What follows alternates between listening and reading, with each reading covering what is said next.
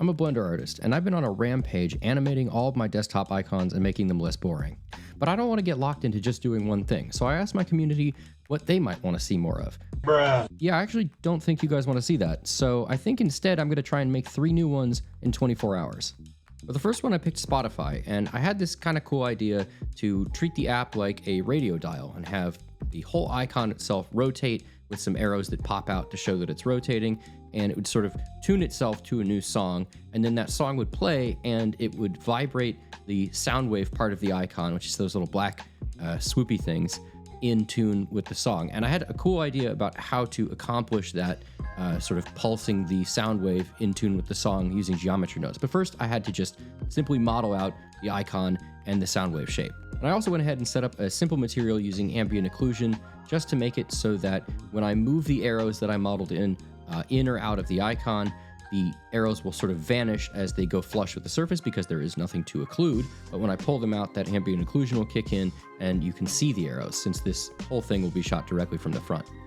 And for the sound wave part, I actually just made one of the little bars and then I created collection instances of the others. And the reason I did that is because they're a different scale but the same shape, I can move the original up and down, and the collection instances will move at a slightly different rate, kind of giving the impression that it's vibrating like a speaker. And also, I can make any changes to the shape without having to remodel the other two, just changing the original. Also, a little side note, ostensibly this channel is about edutainment, but I'm starting to use it for rants a little bit more and more. And is anyone else's Spotify just freaking awful now? Like, I used to be able to find such interesting music with it, and not only is the algorithm completely cooked, but the user interface is terrible now. Like, it used to be good, and now I actually can't find my way around the app, and I don't know if that's just because I'm like becoming a boomer or what. Let me know in the comments. Maybe I'm just bad at technology now. I am 30, which I guess is ancient apparently. Anyway, I moved on to setting up the audio, and the way I did that was, instead of using a driver or anything complicated, I actually just used geometry nodes, and I set up a simple node structure to move the audio bar up and down just by changing the transform, and I went ahead and used a combine XYZ so I could isolate the Z part of that transform, and then to drive it, I used a very cool add-on called Sound Nodes, and it does exactly what it sounds like. Yeah, I totally meant to do that on purpose. Anyway, basically what it does is it takes an audio input file. So I just, grabbed an MP3 from the audio provider that I use, which is Epidemic Sound, and I loaded it in, and it analyzes that audio, and it automatically creates a node group in geometry nodes that has outputs for various parts of the audio's waveform. In this case, I was driving it off of loudness, which is just the sort of overall variation in the waveform. And I used that loudness value, passed it through a range mapping node, and that just lets me cap the minimum and maximum size, or transform that minimum and maximum size of the loudness. So if it was like 0 to 10, I can take that and shrink it down to a range of 0 to 1, and I just use that to drive the Z position. Very simple setup. The add-on is really powerful and super cool, and it actually worked remarkably smoothly. The only issue I had with it was it complaining about not having a library installed, but it turns out that was my fault for not reading the instructions when I installed it. Then I moved on to animating it, and I modified my color shader a little bit so that I could change the color as it tunes. My idea was it'll tune to a couple different songs, and the app color will change, and then it'll start playing the song, and it'll do it again, change color. You get the idea. And basically the animation was just keying the single value of the rotation that I needed to animate, and then keying the arrows out, and then just creating the opposite of that for the next rotation, and for the color, just keying the mix value between the different colors that I had set up. My idea was I would render each of the segments separately. The rotations would each be their own file with all of the frames for the animation, and then each audio segment would be its own folder with all of the frames for each bit of that audio animation. The reason for that was the way I was using the audio nodes baking, I could only kind of do one at a time, and I figured, okay, I'll just renumber the frames after I've rendered them, and I'll just use Finder's like batch rename thing, because I'm working on a Mac, to rename them all, and then I can have one long sequence. And I'll give you one guess how well that went for me. Oh, come on, dude. Yeah, so that didn't work. Sounded great in my head, but what really happened is I missed some of the files, they got jumbled, the names all got jumbled, and what I ended up with was frames completely out of order and no way to fix them because none of them were date stamped or time stamped because I renamed them using Finder, so all that stuff got overwritten, and I basically had to start over again. Now, this isn't the end of the world. Failure is in fact part of the learning process, but there is something that I've been doing lately that's helping me fail a little bit less. And that is, I've been using today's sponsor, Brilliant. Brilliant is an incredible service that helps you get smarter every day with thousands of lessons in math, science, and more. And what I really like about Brilliant is that the lessons are full of hands-on examples. So as you make your way through the lessons, you reinforce what you're learning by actually doing real examples. And that's apparently 6 times more effective than just watching a lecture alone. What I also love about this is that they've packaged the entire thing as an easy-to-use app so that I can take these lessons on the go with me and I can learn in any downtime that I have, which as someone who's very busy is invaluable. The thing that I've been using that free time to learn is math, specifically algebra. They have a wonderful series on algebra, and I've been taking that in preparation to get myself ready for linear, which is something I'm going to have to learn for programming, which is my other hobby. And it's a subject I was never very good at in school, but this is giving me a second opportunity. And if you'd like to join me on that learning journey, you can try everything Brilliant has to offer for free for a full 30 days by going to brilliant.org/bytedozer, scanning the QR code on the screen, or clicking on the link in the description. You'll also get 20% off their annual premium subscription. Anyway, it ended up being kind of a blessing in disguise, although I certainly didn't see it that way at the time. Because what I ended up doing was going back to the drawing board a little bit, and that gave me time to realize that, maybe there were some choices I made when I did the initial design that I wasn't super happy with. So I made the arrow a little wider, and I rethought the animation to be just one single rotation of the tuning knob and a single song. And instead of changing the icon's color to represent each individual song, I actually just added some random noise to the color when the song is playing so that it almost acts like a strobe light or like a laser light show at a concert or a venue or whatever. And I actually think that that worked and is a little bit more interesting to look at than just having it a solid color. So, the other lesson is sometimes mistakes give you an opportunity to rethink how you did something, even if it's very painful at the time to fix those mistakes. Anyway, I'm actually pretty happy with how it came out, and here's what it looks like on the dock.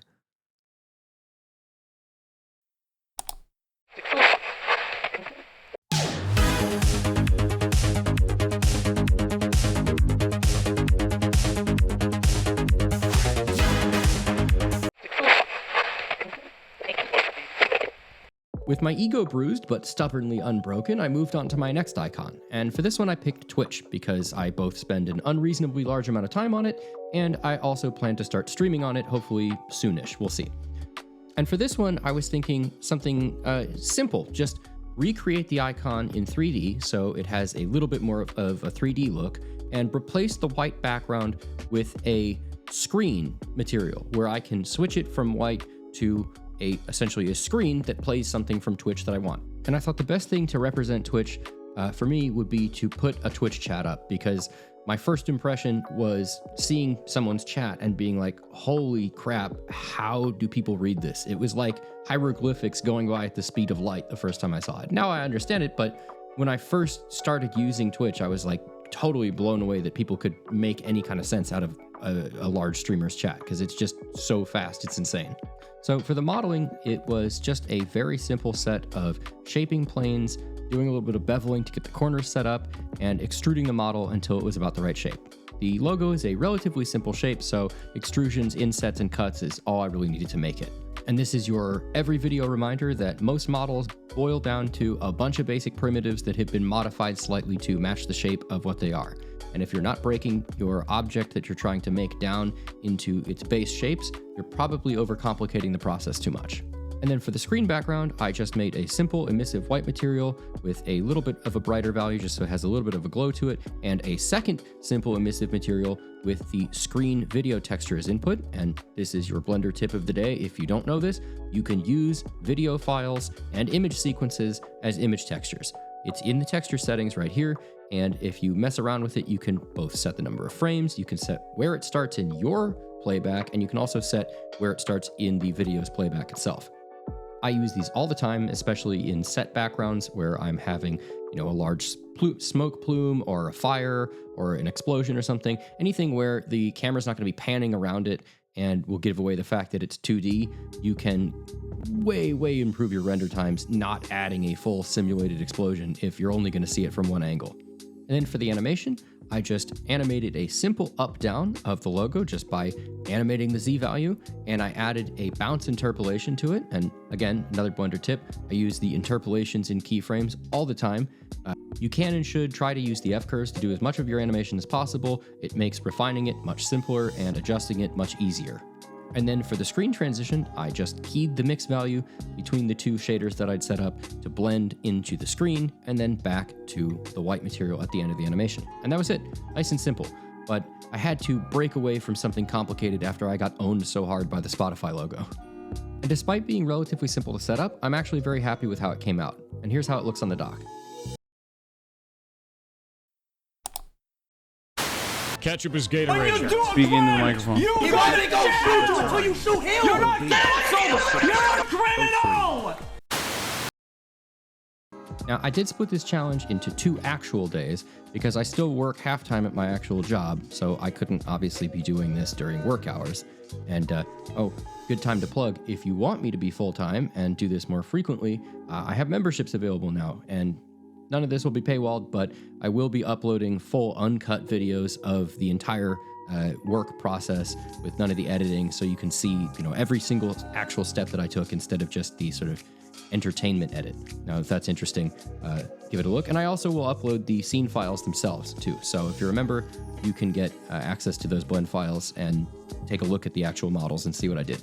Anyway, the point I was getting at was I was starting this last logo and I had about 5 hours left. And I wanted to do something that was a little more challenging than the Twitch logo because I was feeling confident again. After getting humbled by Spotify, the Twitch one helped me kind of get back on the horse. And I decided to do Chrome.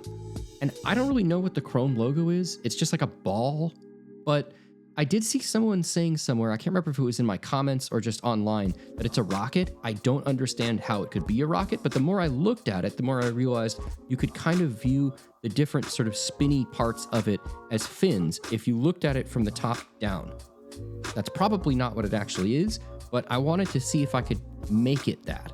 So instead of just making a simple 2D logo, I decided to start by making a circle and then separating out a chunk of it and making the fins. And I stretched them outward so that they could kind of be this fin shape. And when I looked at it, I realized, yeah, that actually does kind of look like a rocket fin. So I went ahead and started modeling the rest. And for the body, I just made a simple circle again, extruded it outward, and kind of shaped it. And then I kept popping back in front to front orthographic view so I could put the cuts into the nose cone where the white part is so that I could actually add a ring of white in the materials and have it show up as that ring on the outside when you view it from the front. And my idea for the animation was to basically have the logo front facing and then have it tip back and so you can see the rocket as if it's a missile in a silo, and then have it launch up and another one kind of come up from underneath, and then the logo flips back, and that way it's a perfect loop. And the rocket modeling was pretty simple. I just, like I said, just circles and tweaking and lots of fiddling with it in front view to make sure everything lined up perfectly, but nothing super technically complicated, just a little bit time consuming.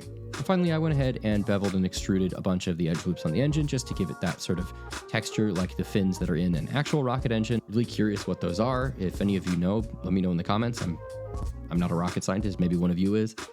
But anyway, I basically finished that up, went ahead and parented everything up, and I did have to change one thing about the logo, which is in order to have a silo for the logo to sit in, I had to add one more circle around the outside to be the silo. And that's actually just going to be a long tube.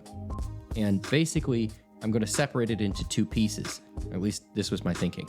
The inside and that outer lip and the outside. They'll all be parented to the outside, so I can move the entire thing just by rotating the outside.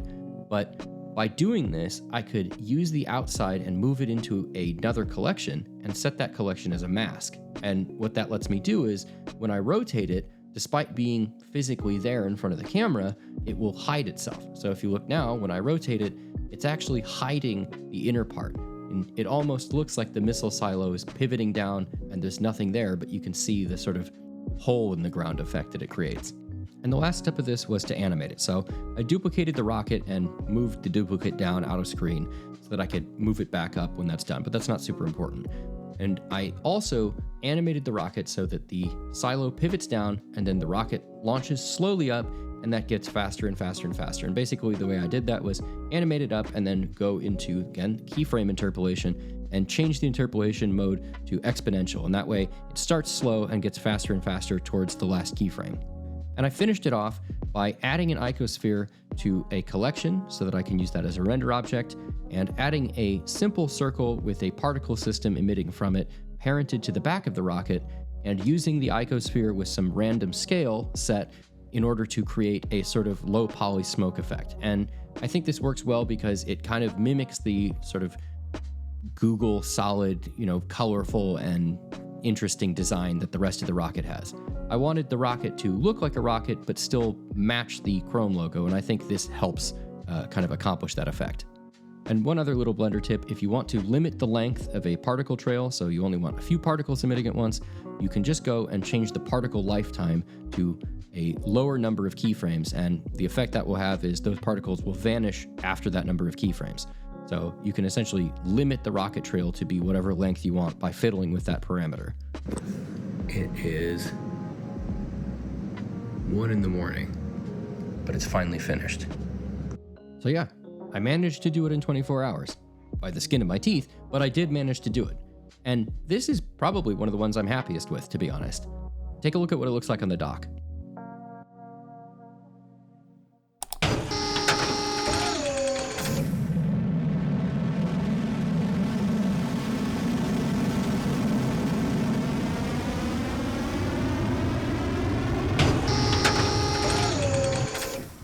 And that's it for this one, which means it's time for me to do a little bit of shameless self-plugging. Remember, I have a membership and a Patreon, so you could join one of those if you want to support what I'm doing and help me keep making these videos.